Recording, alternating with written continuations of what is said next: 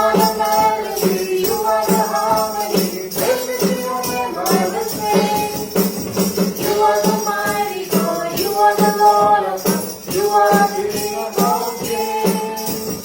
Now I will sing and come and you gave to me, you are the song that I sing.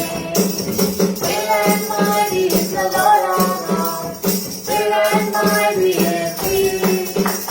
Great and mighty is the Lord our God, great and mighty is He.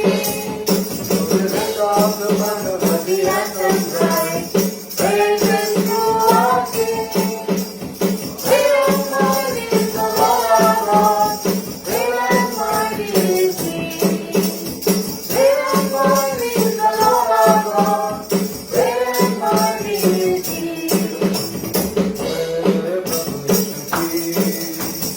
जय जय प्रभु यीशु की, हमको बचाने आया जगत में, उसकी स्तुति करो। हालेलुया, ओ ला ला ला ला ला ला, हालेलुया खूब सितारा महकी सुनी, इसमें मुझे सब पाओ। बोलो तुम भी अपने हृदय को, इसमें रहे नादा। खूब सितारा महकी सुनी, इसमें मुझे सब पाओ। बोलो तुम भी अपने हृदय को, इसमें रहे नादा। जय जय प्रभु यीशु की, जय जय प्रभु यीशु की, हमको बचाने आया जगत में, उसकी स्तुति करो। हालेलुया, ला ला ला ला ला ला, हालेलुया कर्म करो तुम प्रभु यीशु को, प्रेम की बहती नाव, उसको बना लो केवल हार, नाम लगा लो पार। कर्म करो तुम प्रभु यीशु को, प्रेम की बहती नाव, उसको बना लो केवल हार, नाम लगा लो पार। जय जय प्रभु यीशु की, जय जय प्रभु यीशु की, हमको बचाने आए जगत में, उसकी स्तुति करो। हालेलुया, ला ला ला ला ला, हालेलुया वापस आना मेरा प्रभु जी, ले आएगा साथ। आशा मेरी अब तो यही, चलो तुम मेरे साथ। वापस आना मेरा प्रभु जी, ले जाएगा साथ।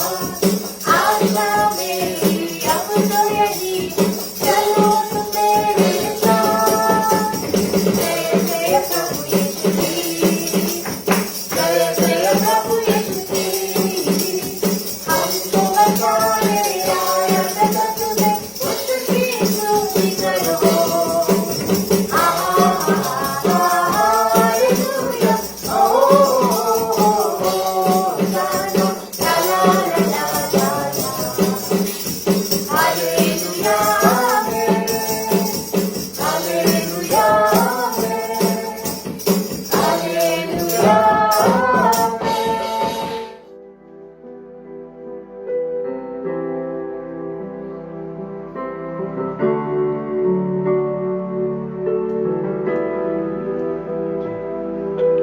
कैसा तेरा प्यार है, कैसी है दया तेरी, कैसा अनुग्रह तेरा।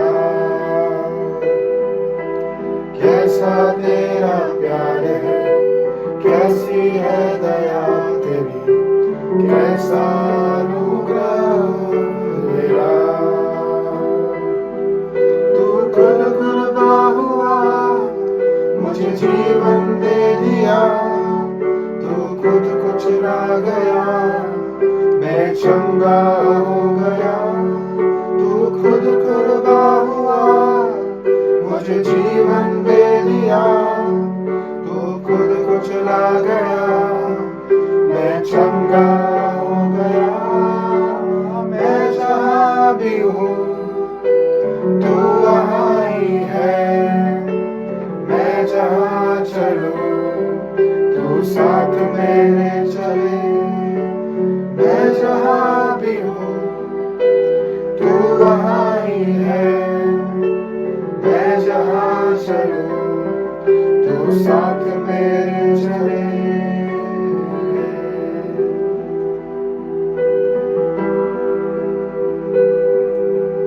एक ऐसे मोड़ पर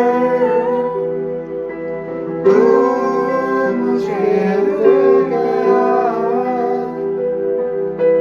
सोना सा जीवन मेरा तेरे प्यार से फिर मिल गया। एक ऐसे मोड़ पर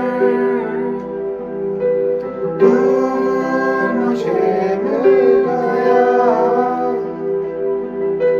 सोना सा जीवन मेरा तेरे प्यार से फिर खिल गया। ऐ यहोवा जब मुझे साथ तेरा मिला, दिल मेरा खुशियों से फिर खिल गया। ऐ यहोवा जब मुझे साथ तेरा मिला, दिल मेरा खुशियों से फिर खिल गया। मैं जहाँ भी हूँ तू वहाँ ही है, मैं जहाँ चलूँ तू साथ मेरे चले, मैं जहाँ भी हूँ तू वहाँ ही है, मैं जहाँ चलूँ तू साथ मेरे चले।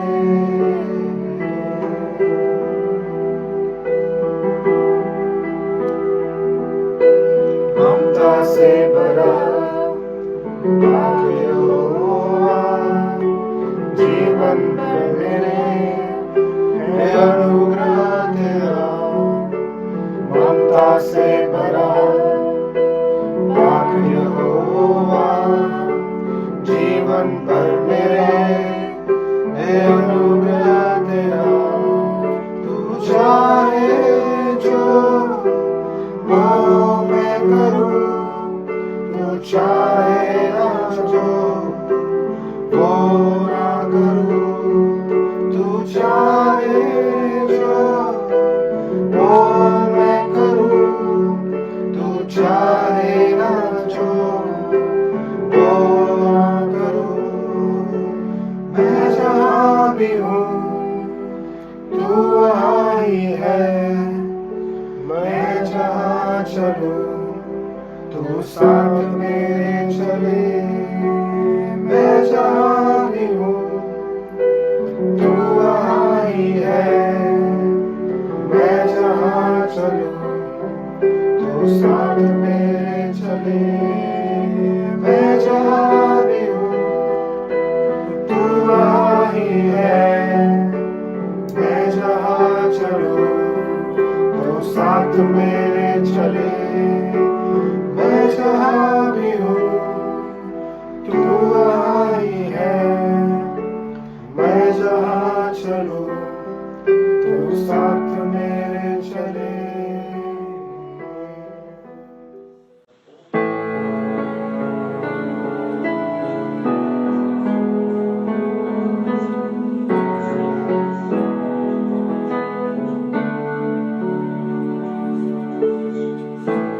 My Jesus.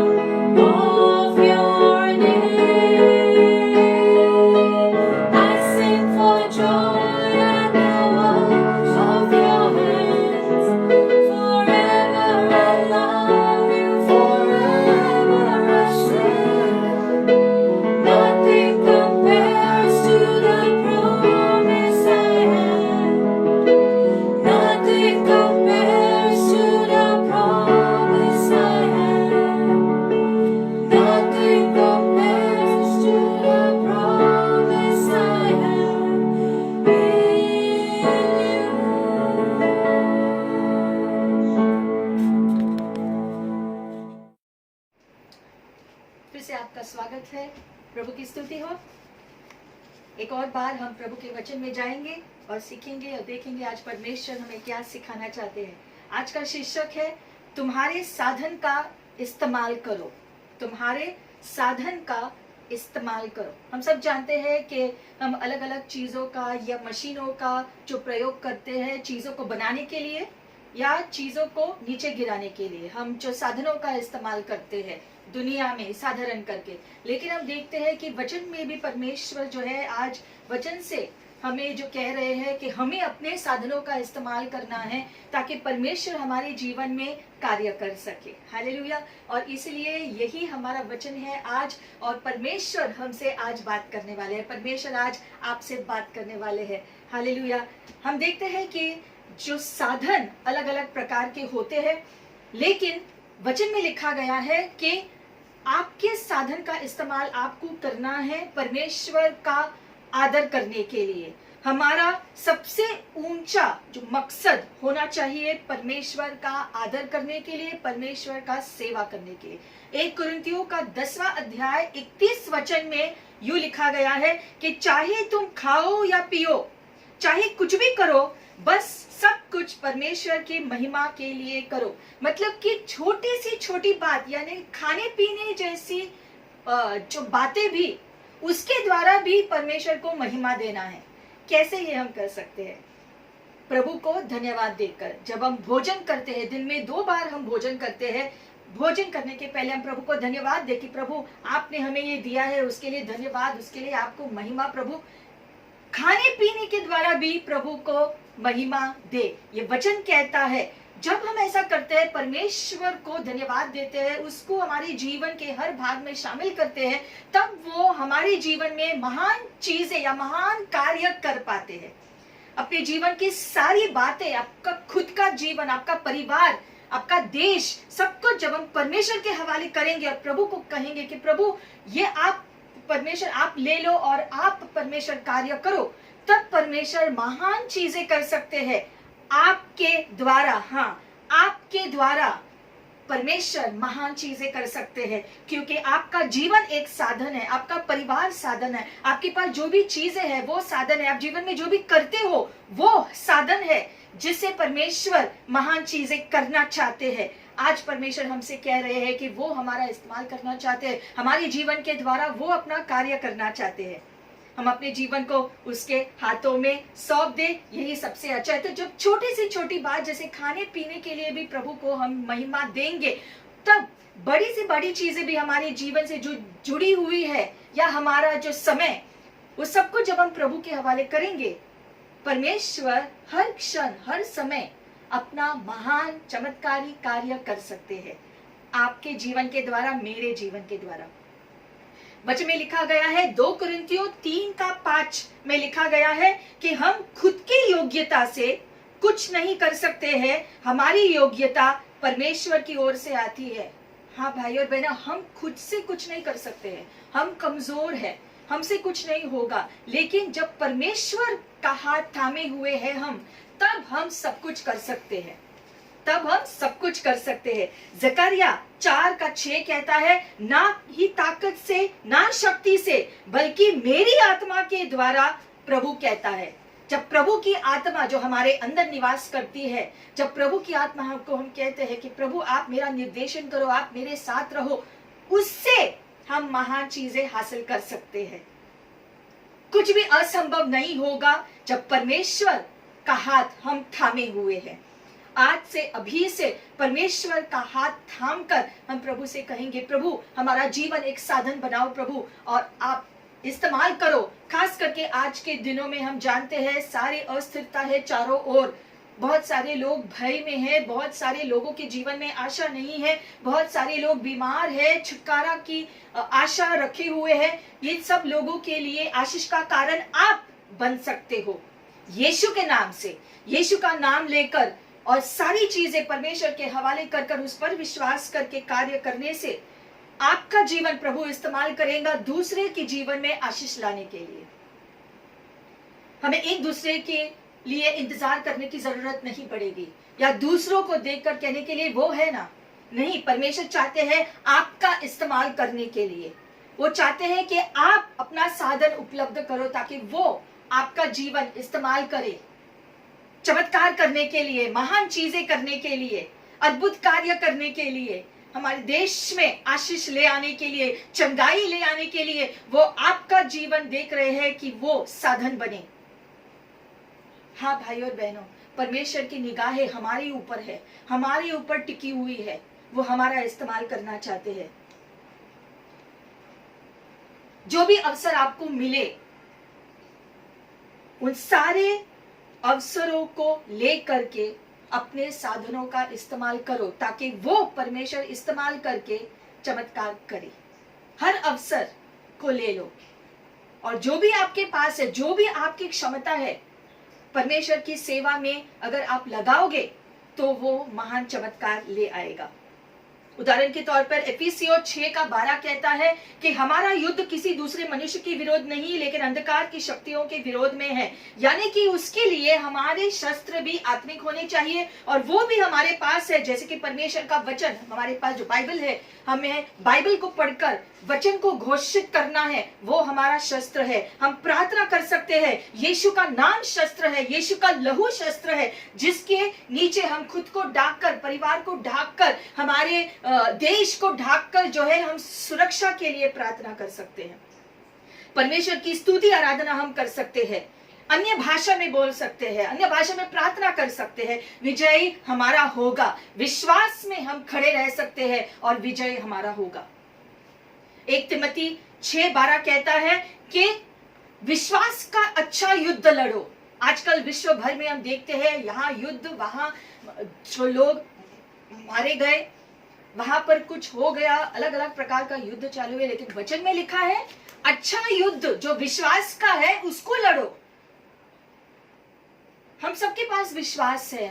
हम में से बहुत लोग ऐसे कह रहे, सोच रहे होंगे कि हमारे पास तो विश्वास है, हम विश्वास करते हैं प्रभु करेगा। लेकिन वचन कहता है कि आपको आपके विश्वास को कार्यशील होना जरूरी है।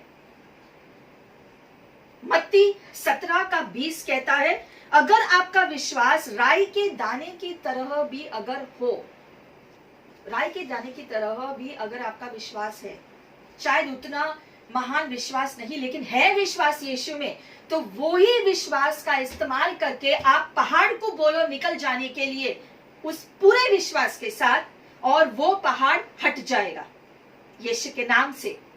या आप जब करोगे तब आपके लिए हो जाएगा यीशु के नाम से।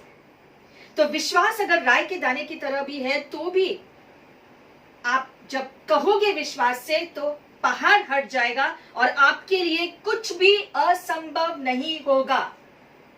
अगर आप सोचते हो कि कोई चीज है, कोई बात है जो असंभव दिख रही है, तो वचन कहता है कि अगर आपका विश्वास यीशु में राई के दाने की तरह भी हो तो आप उस पहाड़ को जाने के लिए कह सकते हो और वो जाएगा, क्योंकि कुछ भी असंभव नहीं होगा जब आप पूरे विश्वास से कदम आगे बढ़ाते हो। परमेश्वर को ऐसे लोगों की जरूरत है जो आत्मा से भरे हुए हो, वचन से भरे हुए हो, विश्वास से भरे हुए हो। परमेश्वर ऐसे लोगों को ढूंढ रहा है जिससे वो अपने अद्भुत कार्य कर सके। क्या आप वो हो? अगर हाँ तो प्रभु को कहो कि प्रभु मैं यहाँ हूं, प्रभु मेरा इस्तेमाल कर, मेरे जीवन में आशीष लाने के लिए, मेरे परिवार पे आशीष लाने के लिए, मेरे शहर में, मेरे गांव में आशीष लाने के लिए मेरा इस्तेमाल करो प्रभु। मुझे मार्गदर्शन दो प्रभु ताकि मेरा देश आशीषित हो। आपका जीवन के द्वारा परमेश्वर हमारे देश के ऊपर आशीष भेज सकता है। यह हमारे ऊपर है, हम साधन बन सकते हैं। याकूब की पुस्तक 2:17 कहता है कि सिर्फ विश्वास है ये कहना ही काफी नहीं है, आपका विश्वास कार्यशील होना जरूरी है। यदि विश्वास के साथ कर्म नहीं है तो वह अपने आप में निष्प्राण है, मृत है। विश्वास सिर्फ बोलने से कार्य नहीं करेगा, विश्वास को सही में हृदय से जब निकलेगा और उसे आप कार्य करोगे पूरे विश्वास से, तब वो जीवित विश्वास कहलाएगा। विश्वास यानी कि जो राई के दाने की तरह है, वो अगर आपके पास है और उसके साथ साथ अगर आपका साधन, आपका जीवन, आपके जीवन से जुड़ी हुई हर बात अगर परमेश्वर के हाथों में है तो कुछ भी पाने के लिए असंभव नहीं। हालेलुया। ये परमेश्वर आज चाहते हैं हमसे कि हमारा जीवन पूरी रीति से एक साधन बन जाए। परमेश्वर हमारा इस्तेमाल करना चाहता है, परमेश्वर आपका इस्तेमाल करना चाहता है। परमेश्वर आपके जीवन की ओर देख रहे हैं क्योंकि आपका जीवन एक साधन है। आपके जीवन से जुड़ी हुई हर एक बात एक साधन है जो परमेश्वर इस्तेमाल करना चाहते हैं महान चीजें करने के लिए। बहुत बार हम आशा करके बैठ जाते हैं कि प्रभु ऐसा हो तो अच्छा है, प्रभु ऐसा करो, ऐसा होगा तो कितना अच्छा होगा। लेकिन आपको उठना पड़ेगा, आपको प्रार्थना करना है, आपको बाइबल पढ़कर वचनों को मुंह से घोषणा करनी है विश्वास से, और तब कार्य होंगे यीशु के नाम से। क्योंकि हम खुद से कुछ नहीं कर सकते हैं। जैसे हमने जो पहले पढ़ा था, परमेश्वर में के वजह से हमारे अंदर वो क्षमता है। हम खुद से कुछ नहीं, लेकिन परमेश्वर जब हमारे साथ है, परमेश्वर को लेकर के हम जीवन जीते हैं तो हमारा जीवन एक महान चमत्कार ले आ सकता है, आशीष ले आ सकता है, खुद के लिए भी और दूसरों के लिए भी। तो हम ये कैसे करें, कैसे हो सकता है, हमारे साधनों का इस्तेमाल कैसे कर सकते हैं? शुरुआत के लिए हमें खुद से शुरुआत करनी है। अचानक से कुछ नहीं होता है। शुरुआत के लिए जो है आपको खुद से शुरू करना है। हम जानते हैं उत्पत्ति के पुस्तक में जब परमेश्वर ने सृष्टि का निर्माण किया तब जो है कोई जो मनुष्य नहीं था देखने वाला, लेकिन परमेश्वर ने दुनिया का निर्माण किया। उसी रीति से गुप्त से आप कार्य करो। वो गुप्त की कार्य महान चीजों का निर्माण ले आएगा। आप जो गुप्त में प्रार्थना करते हो, आप गुप्त में बाइबल पढ़कर अध्ययन करते हो, उसमें मनन करते हो, परमेश्वर से कहते हो कि प्रभु मेरा निर्देशन करो, ये जो आप गुप्त में परमेश्वर से बातें करते हो, जो सिर्फ आप और परमेश्वर के बीच की बातें हैं, उससे शुरुआत करो। क्योंकि उससे चीजों का निर्माण होने लगेगा आपके जीवन में, आपके परिवार में, आपके गांव में, आपके शहर में, आपके देश में, इस पूरी दुनिया में। इब्रानी का 11वां अध्याय और 3 वचन कहता है कि परमेश्वर के कहने और करने से सृष्टि का निर्माण हुआ, हालांकि देखने वाला कोई नहीं था। जो आप करोगे, चाहे कोई देख रहा है नहीं देख रहा है, जो भी आप करोगे उससे आपका जीवन का निर्माण होगा। आप जो तय करते हैं करने के लिए, उसी के द्वारा चीजों का निर्माण होगा। चाहे अच्छा हो या बुरा हो, हमारे ही कर्मों के द्वारा होता है, हमारे कार्यों के द्वारा होता है। मत्ती 1 से 6 कहता है कि दान और प्रार्थना गुप्त में करो और उसका इनाम आपको मिल जाएगा। हमें दूसरों को दिखाने के लिए कार्य नहीं करने हैं, हमें हृदय से बस वो कार्य करने की चाह होनी चाहिए और प्रभु से कहना है प्रभु मेरा जीवन में आपको देता हूं। परमेश्वर आप मेरा निर्देशन करो, आप मेरा इस्तेमाल करो, मेरे जीवन से जुड़ी हुई हर एक बात परमेश्वर आपके हवाले है। तब परमेश्वर महान चीजें कर सकते हैं और आपको उसका इनाम मिलेगा जरूर। हमारे पास कौन कौन से साधन है? जैसे हमने देखा पहले, परमेश्वर का वचन, यीशु मसीह का नाम, यीशु मसीह का लहू, स्तुति आराधना हम निरंतर कर सकते हैं। परमेश्वर की स्तुति आराधना के गीत गाते रहो, प्रभु को धन्यवाद देते रहो हर चीज के लिए जो तुम्हारे जीवन के लिए दिया गया है। इसी से शुरुआत करो। दूसरी बात, जब परमेश्वर सृष्टि को कर रहा था तब हर एक दिन, जो 6 दिन परमेश्वर ने लिया सृष्टि का निर्माण करने के लिए, तब हर एक दिन जो है परमेश्वर ने जो है उन चीजों को देखा जो उन्होंने किया उस दिन और कहा कि ये अच्छा है। मतलब कि छोटी छोटी चीजें जो आप करते हो दिन में, दिन के अंत में देखो कि आपने क्या क्या किया है, क्या क्या कामयाबी हासिल की है, क्या क्या आपने किया, कितना प्रार्थना किया, आपने बाइबल पढ़ा, किसी को वचन दिया, किसी को प्रोत्साहन दिया, किसी भूखे को खाना खिलाया। वो सारे अच्छी चीजों की तरफ आप देखो। आप जीवित है, अभी भी सांसें ले रहे हैं, प्रभु धन्यवाद। ये सारे अच्छी चीजों को देखकर कहो प्रभु मेरा दिन अच्छा था, धन्यवाद प्रभु, प्रभु को महिमा दो। बल्कि हम क्या करते हैं, हम वो सारी चीजों पर ध्यान देते हैं जो उस दिन के लिए पूरा नहीं हुआ, सफल नहीं हुआ। ऐसी चीजों की तरफ नहीं देखना है। जब परमेश्वर सृष्टि कर रहा था तो उसने अपने जो उसने निर्माण किया उसकी तरफ देखकर उसने कहा कि ये बहुत अच्छा है। जो काम हो गया था उसको उसने देखा और कहा कि अच्छा है। जो चीजें अभी जो बाकी है करने के लिए उसकी तरफ नहीं देखा परमेश्वर ने कि अरे अभी जो कल ये करना बाकी है, परसों ये करना बाकी है, ये परमेश्वर ने नहीं सोचा। जो उसने किया उसकी तरफ देखकर वो खुश हुए कि ये अच्छा है। आपके दिन के अंत में प्रभु को धन्यवाद दो, और जो भी चीजें हुई है धन्यवाद दो, प्रभु ये अच्छा है, धन्यवाद कि ये हुआ, धन्यवाद प्रभु आपने भोजन दिया, मुझे रहने के लिए छत दिया। जो भी है आपके पास उसके लिए धन्यवाद दो। और जो आपके पास जो कमी घटी है, थोड़ा सा जो बचा है, या जो चीजें जो नकारात्मक है उस पर ध्यान नहीं देना। जैसे कि जराफत का जो विधवा थी, एलाइजा उसके पास जब गया था और भोजन को मांगा तो उसने कहा मेरे पास थोड़ा सा आटा है, थोड़ा सा तेल है, बस यही है। एलाइजा ने उसे कहा उसका भोजन बनाकर मुझे दे और तेरा आटा और तेल कभी खत्म नहीं होगा। तो जो आपके पास है उसका इस्तेमाल करो। जो आपके पास है वो तुम्हारे लिए काफी है। और जब वो थोड़ा सा जब आप परमेश्वर को देते हो तब परमेश्वर उसका इस्तेमाल करके उसको आशीषित करके उसको बहुगुना बनाता है। हम जानते हैं दूसरा एलीशा जो नबी था, एक और जो विधवा उसके पास आई थी और उसने कहा कि मेरे पास थोड़ा सा तेल है बस। वो बहुत ही उसके पति के वजह से जो कर्ज में थी और उसके जो बेटे गुलामी में जो बिकने वाले थे, और उसने एलीशा से कहा मेरे पास बस थोड़ा सा तेल बचा है और कुछ नहीं है। तब एलीशा ने उसको उसका हल दिया और वो थोड़ा सा तेल इतना सारा हो गया कि इतने सारे तेल को बेचकर कर्ज चुकाकर वो अपने जीवन भर जी पाती, इतना तेल हो गया, बहुगुना हो गया वो थोड़ा सा।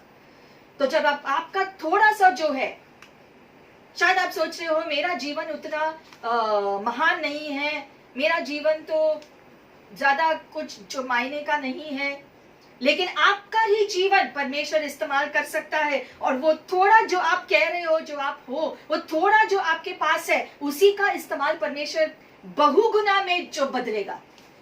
आपका साधारण जीवन परमेश्वर महान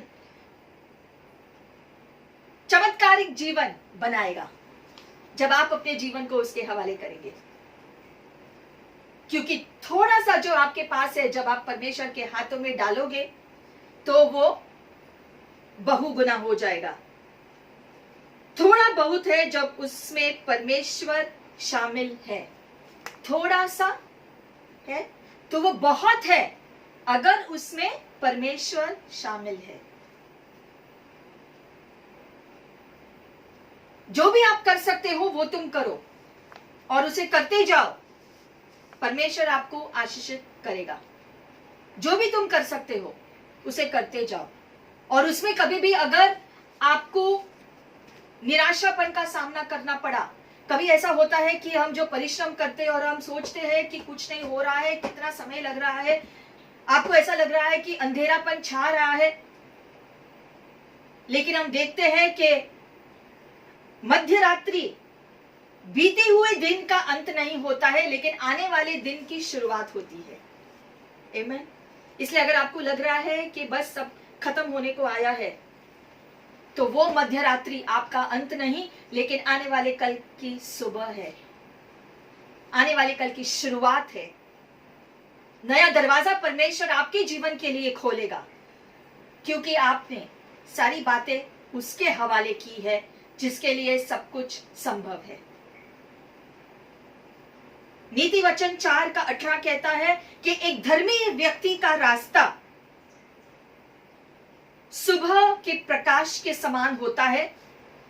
एक धर्मी व्यक्ति का रास्ता, धर्मी हम कैसे होते हैं? धर्मी हम होते हैं यीशु मसीह के लहू के द्वारा।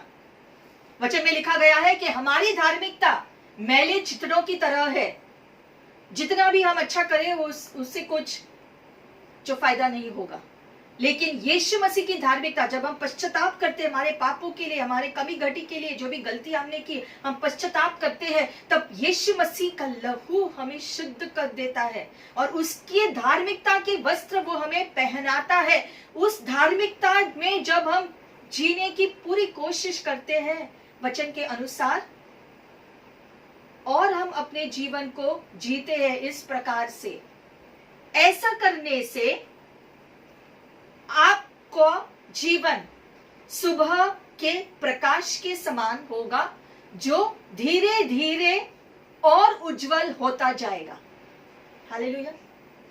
परमेश्वर के धार्मिकता के वजह से हमारा जीवन और ज्यादा उज्जवल होता जाता है जैसे दिन बीत जाते हैं। लेकिन पहले हमें उस धार्मिकता में जीना जरूरी है। जैसे हम उस जो पथ पर चलेंगे, वैसे वैसे हमारे जीवन में वो प्रकाश और उज्जवल होता जाएगा। याकूब की पत्री 5वां अध्याय 16 वचन में लिखा गया है, धर्मी व्यक्ति की प्रार्थना शक्तिशाली और प्रभावपूर्ण है। जब हम यीशु की धार्मिकता के वस्त्र पहने हुए प्रार्थना करते हैं, वो प्रार्थना असरदार होता है, उत्तर ले आता है, क्योंकि वो शक्तिशाली और प्रभावशाली प्रार्थना होता है। इसलिए यीशु के नाम में सामर्थ्य, वचन कहता है यीशु के नाम से प्रार्थना करो। जो भी बीत चुका है आपके जीवन में अब तक, उसकी तरफ आपको नहीं देखना है, क्योंकि अफसोस जो है सिर्फ जीवन के पिछले चीजों की तरफ ध्यान देता है। हमें अफसोस में ही अपना जीवन नहीं बिताना है कि काश हमने ऐसा किया होता, काश कि वो आया होता, काश कि मैंने उसका सुना होता, ये किया होता। अपने जीवन में अफसोस करने से कुछ नहीं है, कुछ नहीं होगा, ना ही चिंता करने से कुछ होगा। अगर आप चारों ओर देखते रहते हो तो हर तरफ निराशापन जो नजर आती है, तो चिंता करने से भी कुछ नहीं होगा। चिंता करने से आपके जो दिन जो बढ़ेंगे नहीं, जो वचन कहता है, चिंता करने से एक दिन भी आपको ज्यादा नहीं मिलने वाला है। चिंता करने से आपको कोई फायदा नहीं होगा। लेकिन जब आप अपनी निगाहें ऊपर रखते हैं परमेश्वर की ओर, तब विजय आपका होगा। विजय तब मिलता है जब हमारी निगाहें ऊपर की तरफ होता है, परमेश्वर की तरफ होता है। और इसीलिए मसीह होने के नाते आप प्रार्थना करो कि परमेश्वर आपने मेरे जीवन के लिए क्या ठहराया है वो आप पूरा करो। प्रभु, मैं अपना जीवन समर्पण करता हूं, मैं अपना परिवार समर्पण करता हूं, ये सारी बातें मैं आपके हाथों में समर्पण करता हूं। मेरी नौकरी में समर्पण करता हूं, मेरी जो पढ़ाई है मैं समर्पण करता हूं। परमेश्वर, सारी बातें उसके हवाले कर दो और फिर देखो कि वो साधन का इस्तेमाल परमेश्वर कैसे करेंगे। जो भी आप कर सकते हो आप करो, जो भी आपकी क्षमता में है आप करो। जैसे आप वो करोगे उसी प्रकार से आपकी बुलाहट अपने आप पूरी हो जाएगी।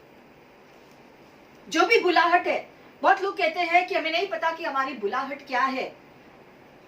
आप जो भी कर सकते हो, आपके अंदर जो भी क्षमता है, जो भी साधन है आपके, वो सारे परमेश्वर के लिए इस्तेमाल करो, परमेश्वर के हवाले करो। अब कहो कि प्रभु आप मुझे चलाओ, आप मेरे जीवन का निर्देशन करो। ऐसा जब आप करोगे और उसके अनुसार चलोगे, जो आपके बस में है आप करो। प्रार्थना करो, वचन को पढ़ो, प्रचार करो, किसी को आशा दो, किसी भूखे को रोटी दो। ये सब आप करते जाओ जो भी आप कर सकते हो। जैसे आप ये करते जाओगे, अपने आप जो आपकी बुलाहट है वो पूरी होगी। आमीन।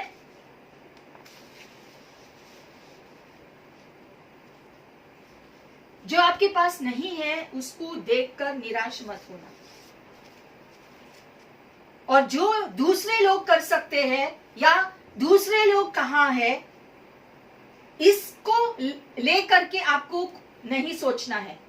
आप क्या कर सकते हो इसके बारे में आपको सोचना है,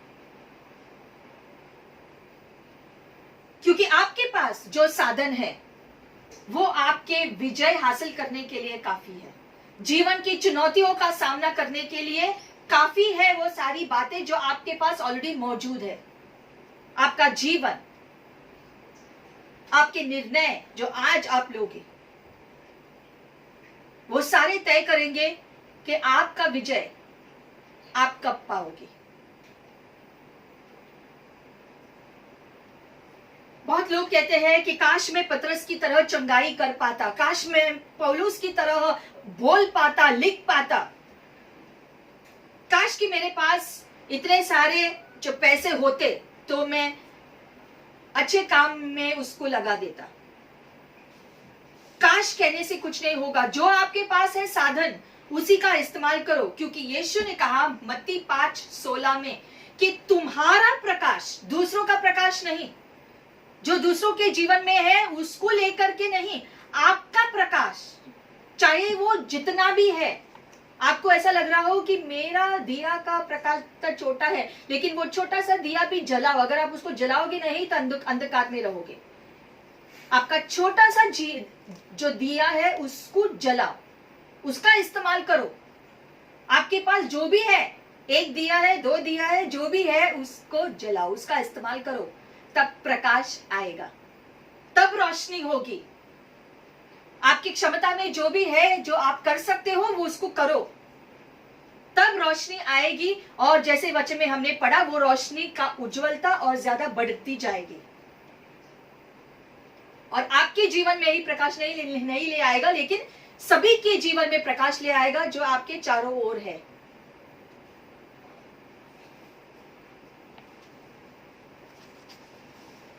कुछ लोगों को जो वरदान होता है खाना पकाने का, वो बहुत अच्छा खाना पकाते हैं, तो वो लोग अपना साधन इस्तेमाल कर सकते हैं भूखे को खाना देने के लिए। खाना पकाकर किसी को खाना खिलाओ।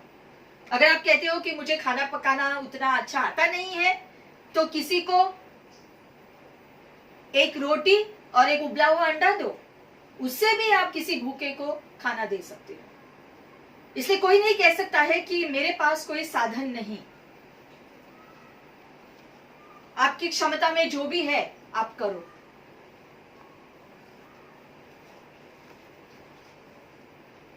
जो कलाकार है वो अपने कलाकारी से जो है दूसरों को चीजें सिखा सकते हैं। बच्चों को बाइबल की कहानियां सिखा सकते हैं अपने कलाकारी से। बहुत लोग जो पढ़े लिखे नहीं हैं, उनको चित्रों से चीजें समझाओ, वो आपका साधन है। अगर आप गाड़ी चलाना जानते हो तो किसी को कलीसिया ले आओ, परमेश्वर के घर में ले आओ, जो चल नहीं सकते हैं।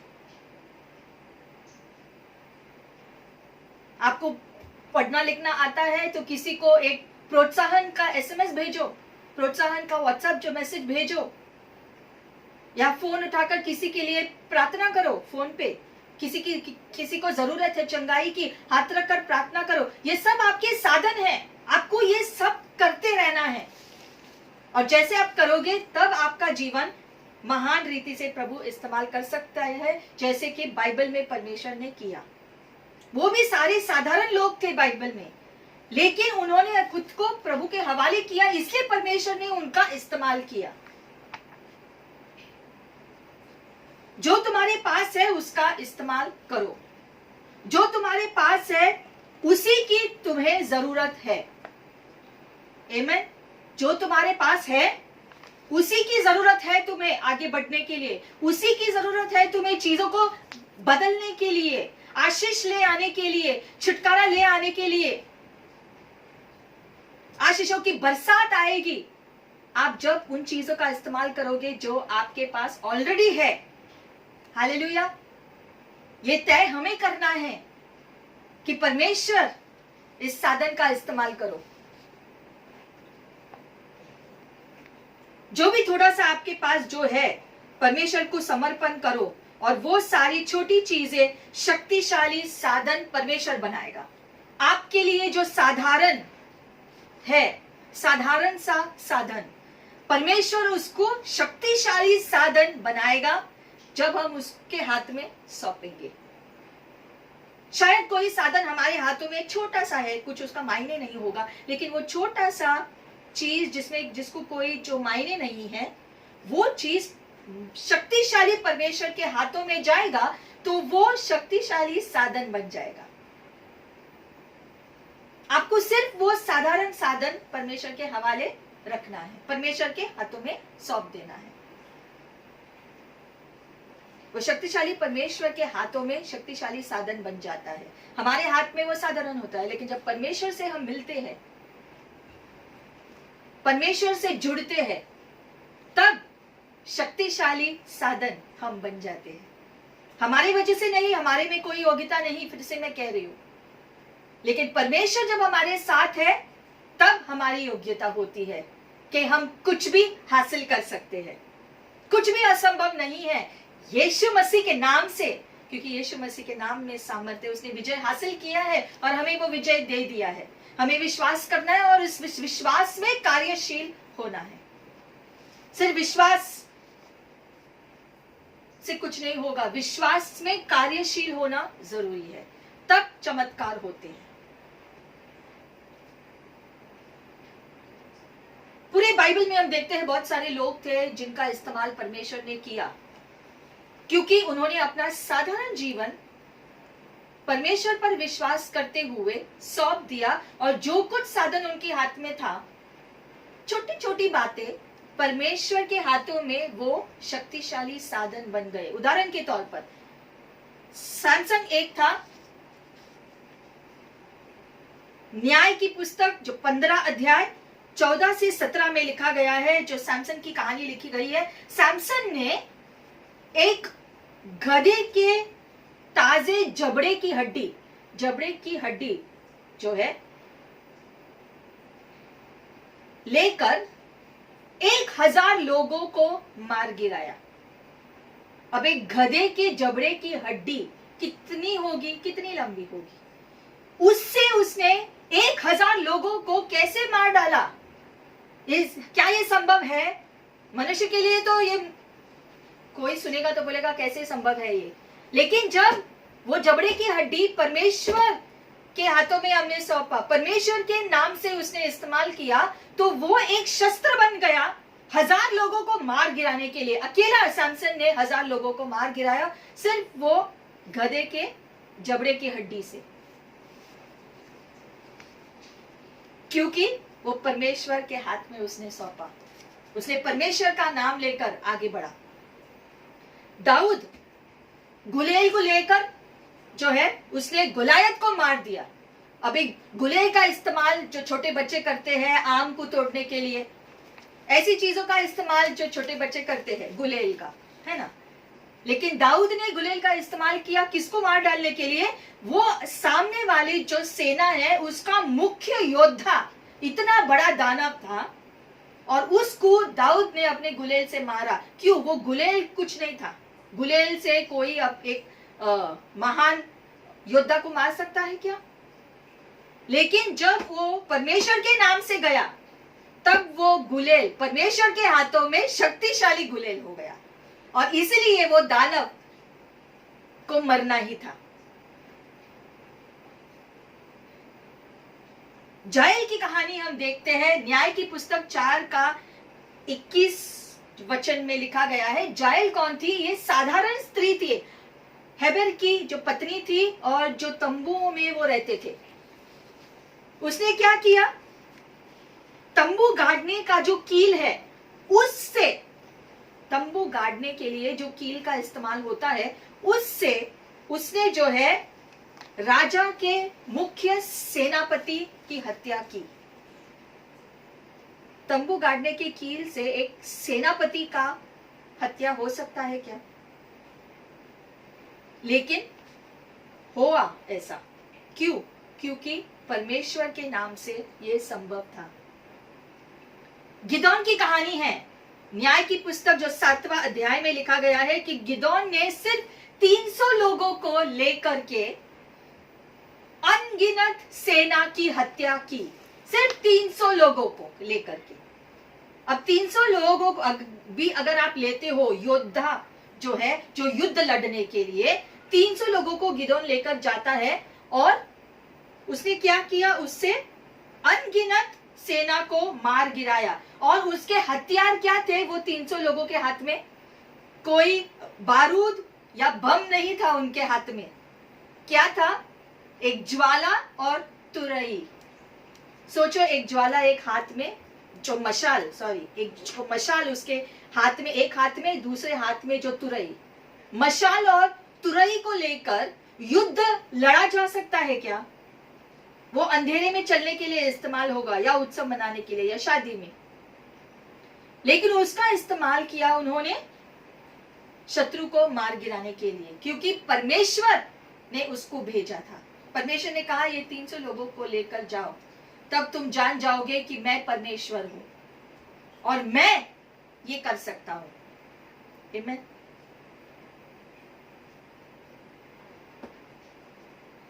गिदोन कौन था? वो अपने परिवार में सबसे छोटा था और इसीलिए उसको वो काम दिया गया था कि तुम जो है जो पारिवारिक खेत है उसमें काम करो।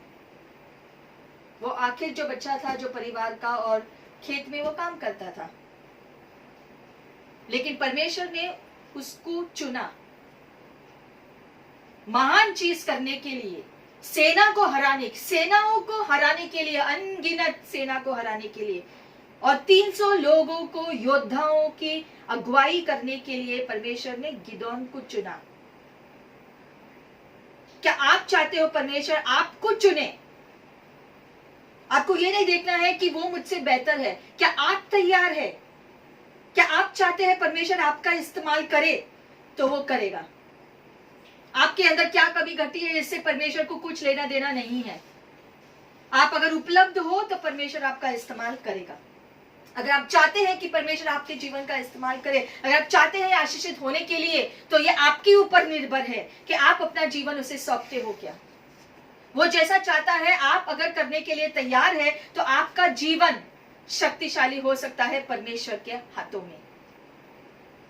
आपके जीवन के द्वारा असर हो सकता है आपके चारों ओर, आशीष की बरसात हो सकती है आपके चारों ओर, आपके वजह से, आप जो निर्णय लेते हैं उसकी वजह से। आप जब अपने जीवन को परमेश्वर के हाथ में सौंपेंगे, उससे कुछ होगा। हम देखते हैं, हमने देखा पिछले रविवार को एलिशा की कहानी, हमने देखा कि एलिशा ने कैसे एक छड़ी को पानी में फेंका, और वो छड़ी को पानी पे फेंकने से जो है, वो जो डूबा हुआ कुल्हाड़ी का सर जो पानी में डूब गया था, वो तैरते हुए ऊपर आया। अब कोई भारी चीज अगर पानी में गिर गया है, समुद्र में गिर गया है, तो अपने आप वो ऊपर आएगा? संभव नहीं है। लेकिन एलिशा ने साधन इस्तेमाल किया, उसने एक छड़ी को फेंका। अब अगर एक लकड़ी की छड़ी पानी में फेंकेंगे तो वो डूबा हुआ चीज, भारी चीज के अपने आप ऊपर आएगा? मनुष्य के लिए संभव नहीं है, ये कैसे हो सकता है? लेकिन परमेश्वर के साथ ये संभव है। कोई भी डूबा हुआ चीज ऊपर आएगा, परमेश्वर उसको पानी में तैराएगा, ताकि आप अपना हाथ डालकर वो वापस ले लो। आज परमेश्वर कह रहे हैं कि अगर आपके जीवन में चीजें डूबी हुई है, तो परमेश्वर पर विश्वास करो, और जो आपके पास है साधन, उसका इस्तेमाल करो। जो भी डूबी हुई चीजें हैं, वो आपके लिए परमेश्वर वापस ले आएगा, ताकि आपका हाथ डालकर आप उसे बस ले लो। वो छोटा सा लड़का जिसके पास एक छोटी सी खाने की डिब्बी थी, उसने वो डिब्बा, खाने का डिब्बा जब शिष्यों को के हवाले कर दिया, उसमें क्या था? 5 रोटी और 2 मछली। अब 5 रोटी और 2 मछली, ये यूहन्ना 6:5-13 में लिखा गया है। 5 रोटी और 2 मछली से कितने लोग खाना खा सकते हैं? अगर उसे छोटे छोटे टुकड़े करे भी कितने लोग खा सकते हैं? ज्यादा नहीं, लेकिन वचन कहता है 5000 पुरुष ने उसमें से खाया। 5 रोटी और 2 मछली को 5000 पुरुषों ने खाया। उनकी पत्नियां भी थी और उनके बच्चे भी थे अलग से।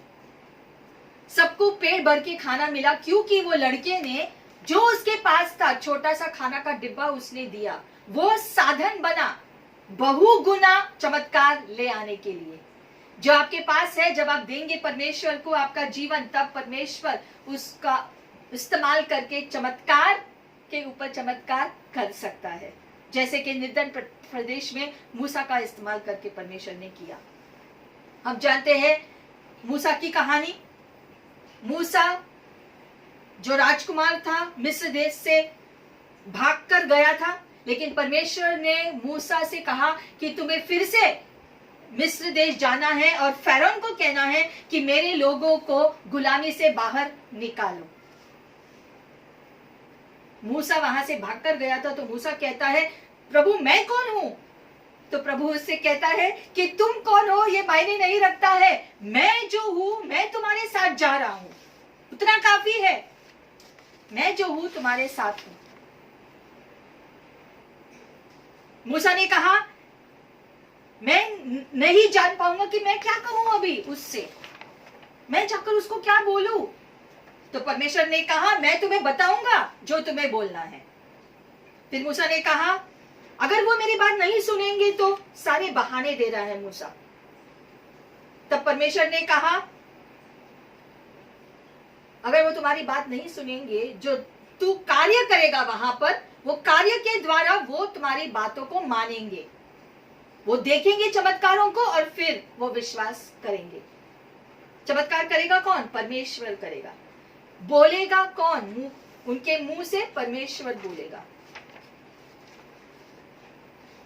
फिर उसने कहा कि मैं ज्यादा अच्छी रीति से बातें नहीं कर सकता है। परमेश्वर ने कहा कि शब्द मैं डालूंगा मुंह में। अगर ये सारे बहाने हम देते हैं परमेश्वर की सेवा करने के लिए कि प्रभु मैं इतना अच्छा नहीं हूं, मैं इतना गुणी नहीं हूं, मेरे पास इतने वरदान नहीं है, मेरे पास इतने साधन नहीं है, मेरा जीवन साधारण छोटा सा है, ये सारे बहाने हमें नहीं देने हैं परमेश्वर को। हमें सिर्फ कहना है परमेश्वर मेरे पास जो भी है आपके हवाले करता हूं। ऐसा करने से परमेश्वर आपका इस्तेमाल करेगा और आपको एक शक्तिशाली साधन बनाएगा, और आपके पास जो भी है वो एक शक्तिशाली साधन बन जाएगा। अरमित्या का यूसुफ ने अपना नया कब्र दे दिया।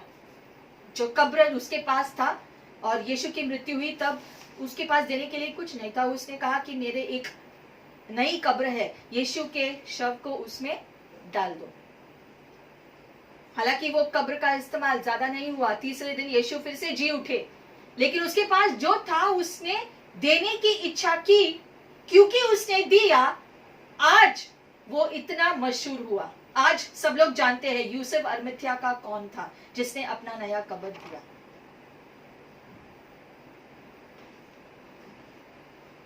शामगार, हम देखते हैं न्याय की पुस्तक 3 अध्याय 31 वचन में लिखा गया है, शामगार ने बैल हाँकने की छड़ी, क्योंकि वो एक किसान था, उसके पास क्या था? बैल हाँकने की छड़ी थी। वो बैल हाँकने की छड़ी से उसने 600 शत्रुओं को मार गिराया। बैल हाँकने की छड़ी से 600 योद्धाओं को उसने मार डाला। आमीन। क्योंकि उसके घर में, उसके गांव में आक्रमण होता था फिलिस्तीयों के शत्रुओं के वजह से। परमेश्वर पर विश्वास करने से वो छड़ी, खेती करने की छड़ी, एक शस्त्र बन गया, क्योंकि परमेश्वर के लिए सब कुछ संभव है। परमेश्वर ने मूसा को पूछा निर्गमन 4:2 में कि तुम्हारे हाथ में क्या है? और मूसा ने जवाब दिया मेरे पास ये छड़ी है प्रभु। और परमेश्वर ने कहा ये छड़ी चलेगा। वो छड़ी से मूसा ने महान चमत्कार किए। उसी छड़ी, साधारण छड़ी को, चरवाहा के छड़ी को जो है, मूसा की उस छड़ी का इस्तेमाल परमेश्वर ने किया बहुत सारे चमत्कार निर्जन प्रदेश में करने के लिए। 10 महामारियां आई, समुद्र 2 भागों में जो बट गया, निर्जन प्रदेश में चट्टान से पानी निकला। ये सारी चीजें उस छड़ी का इस्तेमाल करके मूसा ने किया। क्यों? वो छड़ी में कुछ बात थी? नहीं, परमेश्वर के हाथों से द्वारा वो छड़ी का इस्तेमाल हुआ महान चीजें करने के लिए। परमेश्वर हमारा ध्यान उन चीजों की तरफ कर रहे हैं आज जो हमारे हाथों में है, चाहे वो कितनी भी छोटी बात क्यों ना हो। परमेश्वर हमारा ध्यान उन चीजों पर नहीं लगाता है जो हमारे पास नहीं। हम ध्यान देते हैं जो हमारे पास नहीं है। कमजोरियों पर हम ध्यान देते हैं, लेकिन परमेश्वर हमारी क्षमता पर ध्यान देते हैं, हमारे साधन पर ध्यान देते हैं। आज आपके साधन क्या है? अगर आप कहते हैं, या फिर अगर कोई कहेगा कि मेरे पास कोई साधन नहीं है, तो आप बोल सकते हो, तो आपकी जो बोली है वो साधन हो सकता है। जैसे कि पतरस और यूहन्ना ने उस व्यक्ति को कहा कि मेरे पास तुम्हें देने के लिए कुछ नहीं है, लेकिन मेरे पास जो है वो मैं तुम्हें दूंगा, यीशु मसीह के नाम से उठो और चलो। और वो व्यक्ति जो नहीं चल पाता था जीवन भर, वो उठा और चलने लगा। आपके पास है यीशु मसीह का नाम। यीशु मसीह के नाम का विश्वास से इस्तेमाल करने से, घोषणा करने से चमत्कार होंगे। वो जो लड़की भी जिसने नामान को कहा कि वो परमेश्वर का दास जो कहता है, उसने नामान को प्रचार किया कि जैसा प्रभु कहता है, जैसा प्रभु चाहता है तुम वो करो। तो तुम्हारा कोढ़ जो है वो नामान कोढ़ से झुलस रहा था, कोढ़ का जो है जो सताव में था, कोढ़ को झेल रहा था। आज अगर आपके जीवन में किसी भी प्रकार का कोढ़ है तो वो निकल सकता है जब आप परमेश्वर जो चाहते हैं उसका पालन करेंगे, उसके अनुसार चलेंगे। हर प्रकार का कोढ़, चाहे वो आत्मिक हो, भावनात्मक हो, किसी भी प्रकार का, ये महामारी हो, यीशु मसीह के नाम से और आपके विश्वास से चीजें बदल सकती है, चमत्कार हो सकते हैं। आप सुरक्षित है यीशु मसीह के नाम से, क्योंकि आपका जीवन आपके परमेश्वर के हाथों में सौंपा है, इसलिए आपको कुछ नहीं होगा। आपका जीवन एक साधन है परमेश्वर, शक्तिशाली परमेश्वर के हाथों में, और इसलिए आपका जीवन शक्तिशाली जीवन हो गया है। और इसलिए कोई किसी भी प्रकार का कोढ़ या महामारी आपके तंबू के पास नहीं आ सकता है, क्योंकि शक्तिशाली परमेश्वर के हाथों में आपका जीवन का साधन है। इसलिए आपको डरने की जरूरत नहीं। हालेलुया। इसी भी प्रकार से परमेश्वर आज हमसे पूछ रहे हैं कि आपका साधन क्या है। एस्तर और यूसुफ ने भी अपने जीवन को परमेश्वर के हवाले किया। हालांकि उनको काफी परेशानी का सामना करना पड़ा, लेकिन उन्होंने परमेश्वर पर विश्वास किया। एस्तर के माँ बाप नहीं थे और वो राजा के महल में गई थी, नहीं जानती थी अपना पूरा जीवन शायद ऐसे ही गुलामी में बिताना पड़े, लेकिन उसने परमेश्वर पर भरोसा किया, विश्वास किया, प्रार्थना किया, और परमेश्वर ने उसको उसी देश का रानी बनाया, उसी महल का रानी बना दिया। यूसुफ जो अपने परिवार के भाइयों से सताव को झेला, उसको गुलामी में बेचा गया, बिना किसी दोष का बंदी गृह में डाला गया, लेकिन उसने अपना विश्वास परमेश्वर पर रखा। उसके पास कुछ नहीं था, वो गुलाम हो गया था, लेकिन उसने परमेश्वर को थामे हुए रखा, परमेश्वर पर विश्वास रखा, और परमेश्वर ने उसका इस्तेमाल किया उसी परिवार का उद्धार करने के लिए, पूरे देश, मिस्र देश का उद्धार करने के लिए। अकाल के टाइम पर ताकि सब लोग के पास भोजन हो, परमेश्वर ने उसका इस्तेमाल किया, क्योंकि उसने परमेश्वर पर विश्वास किया, और परमेश्वर जो चाहते थे वैसा जीवन जिए।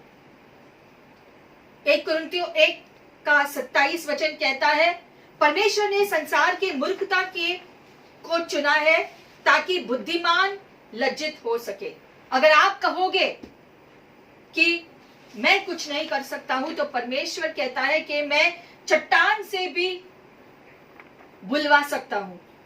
जैसे कि परमेश्वर ने उस गधे का भी इस्तेमाल किया, गधे के द्वारा परमेश्वर ने उस नबी को डांटा उसके बलवा के लिए। तो परमेश्वर चाहे तो कुछ भी कर सकते हैं, लेकिन वो चाहते हैं कि वो आपका जीवन को साधन के रूप में इस्तेमाल करे, आपके जीवन से जुड़ी हुई हर एक बात, हर व्यक्ति उसका इस्तेमाल करे, चमत्कार ले आने के लिए, फर्क ले आने के लिए, बदलाव ले आने के लिए। आपका जीवन एक साधन है, आपके जीवन से जुड़ी हुई हर एक बात एक साधन है। क्या आप तैयार है साधन होने के लिए? जो भी आपका है, क्या आप उसको परमेश्वर का साधन बनाने के लिए तैयार है? ये आपका निर्णय है।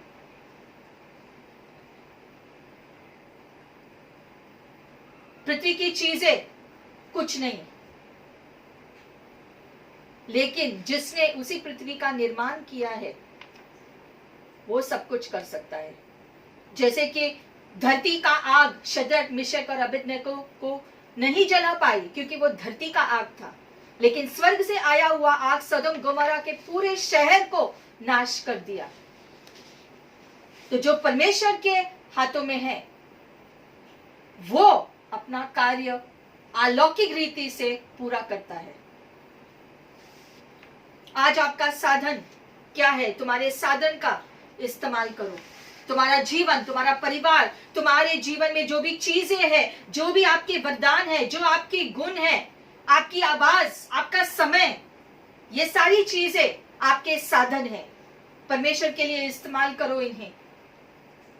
बाइबल को पढ़कर, विश्वास में चीजों को घोषणा करके, धार्मिकता में जीवन बिताकर, ये सारी चीजें प्रार्थना करते हुए, ये सारे आपके साधन है। ये सब करते रहो। जैसे हमने देखा कि शुरुआत आपको करनी है, आपसे जो भी हो सके आप वो करो। वो एक साधन हो जाएगा जिसका इस्तेमाल परमेश्वर करेगा अलौकिक चीजें करने के लिए, चमत्कार करने के लिए, बदलाव ले आने के लिए, चंगाई ले आने के लिए। हमारे चारों ओर चंगाई की जरूरत है। ये हो सकता है जब आप अपने जीवन को एक साधन बनाएंगे और परमेश्वर आपका इस्तेमाल करेगा। हाँ, आपका इस्तेमाल करना चाहता है परमेश्वर। आपका जीवन को परमेश्वर शक्तिशाली साधन बनाना चाहता है। क्या आप तैयार है? अगर आप तैयार है तो परमेश्वर पहले से ही तैयार है। हालेलुया। और महान चीजें आपके जीवन में होंगे यीशु मसीह के नाम से। आइए हम प्रार्थना करते हैं इस समय।